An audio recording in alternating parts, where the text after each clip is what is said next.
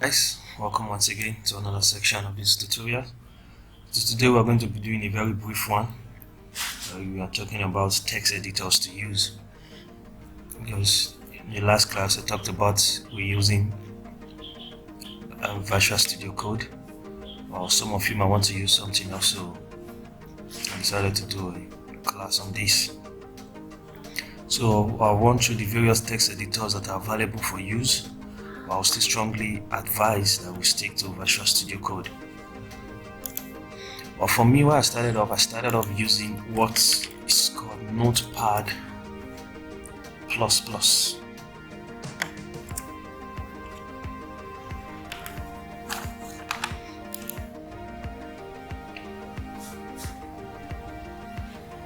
So this is the latest version now. So you can start off by using Notepad++. It's also a great tool for learning. It also comes with some cool features that will help and aid your learning. Another text editor we'll be looking at is Sublime Text.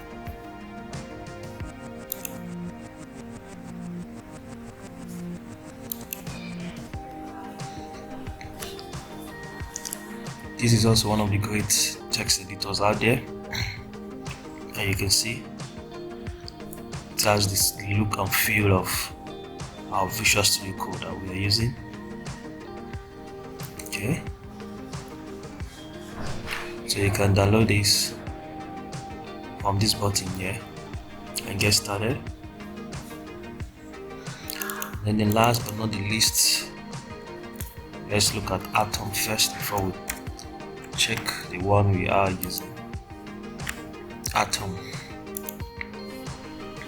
This is another great text editor that you can also get, download and use. And the good thing about all these is that they are completely free of charge. You can use them for free. You don't have to pay for anything, you don't have to buy anything. All you need to do is just go over to their website, download, and you start using them. Then the one which we are using for this course is Visual Studio Code.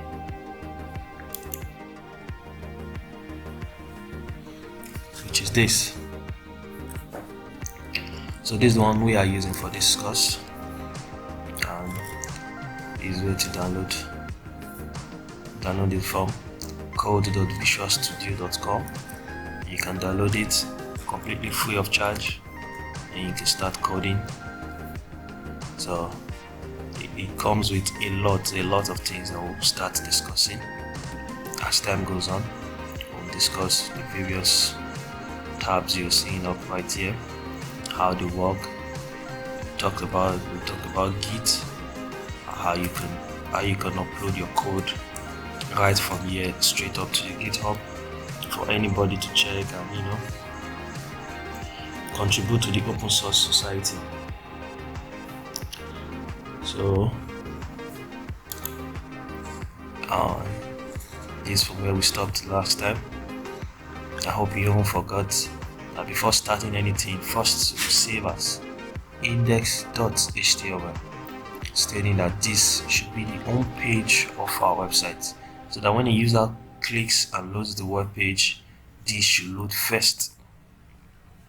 Okay, so I hope you guys cannot make a choice of the code editor to use, but still use Visual Studio Code, as it is what we'll be using. Alright guys, thank you so much for your time, and see you in the next class. Goodbye.